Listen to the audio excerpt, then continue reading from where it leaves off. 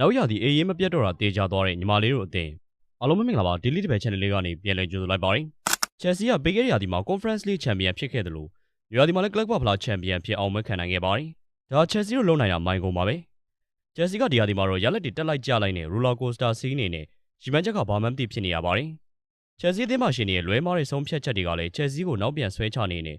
ရားဒီတဲ့နီးပြ3ယောက်ပြောင်းရတဲ့ပေါ်ကိုရောက်ရှိသွားခဲ့ပါတယ်။ Enzo Maresca ကိုလက်လွှတ်လိုက်တာ Chelsea ရဲ့မဟာအမှားဖြစ်တယ်ဆိုရင်Leroy Rossignol လိုနီးပြကိုခန့်လိုက်တာကအေယာမအမှားကြီးဖြစ်သွားပါတယ်။ Rossignol လက်ထက်မှာ Chelsea ကဖလားတွေတလုံးပြီးတလုံးဆုံးရှုံးနေနဲ့တွင်းဆုံးကျနေခဲ့တာကြောင့်၄ လတော့မပြည့်သေးခင်နီးပြကိုပြန်ထုတ်လိုက်ရပါတယ်။လက်ရှိမှာ Chelsea ကရေစုံမျောလိုက်ဖို့ပဲဆုံးဖြတ်လိုက်ရပြီးတော့လက်ထောက်နီးပြကာလမန်ဖာလိန်ကိုယာယီနီးပြအဖြစ်ရာသီကုန်ထိခန့်ထားခဲ့ပါတယ်။အဆင့်9ကိုရောက်နေတဲ့ Chelsea အတွက်ဥရောပဝင်စရာလမ်းကတစ်ခုတည်းပဲရှိပါတော့တယ်။ Chelsea က FA Cup Final ကိုမဖြစ်မနေအနိုင်ယူပြီးရင် Europa League ဝင်ခွင့်လောက်တော့မျှော်လင့်လို့ရပါတယ်။ဒါပေမဲ့ပြိုင်ဘက်က Man City ဖြစ်နေတဲ့အချိန်မှာ Chelsea အတွက်မျှော်လင့်ချက်ကုန်ခဲ့ရပါတယ်။ Chelsea အတွက်ထုံးစံတိုင်း Enzo Fernandez ကအကောင်းဆုံးစူးစမ်းပေးနေခဲ့ပါတယ်။ဒါပေမဲ့အစိမ့်မဲ့နေတဲ့ Chelsea တိုက်စစ်ကတနာစရာတော့ကောင်းနေခဲ့ပြီးတော့ကိုပေါက်တော့တစ်ချိန်ပဲတက်လိုက်ပါတယ်။ Chelsea ဟာ Anthony Semenyo ရဲ့ဂိုးကိုခွင့်ပြုလိုက်ရပြီးတော့1-0နဲ့ရှုံးနိမ့်သွားတာကြောင့် Wembley Final 9ပွဲဆက်တိုက်ရှုံးနိမ့်မှုဖြစ်9ပွဲတောင်ဘဲဥမကွဲပဲအရှက်ရစရာမှတ်တမ်းဝင်ခဲ့ပါတယ်။ Chelsea အတွက်နောက်ရာသီဥရောပဝင်စရာအကြောင်းလည်းမရှိတော့တာကြောင့်ညီမလေးတို့ပရိသတ်တွေအေးရေးဝဝအေးကြရတော့မှလည်းဖြစ်ပါတယ်။ကြည့်ရှုပေးကြတာကျေးဇူးတင်ပါတယ်။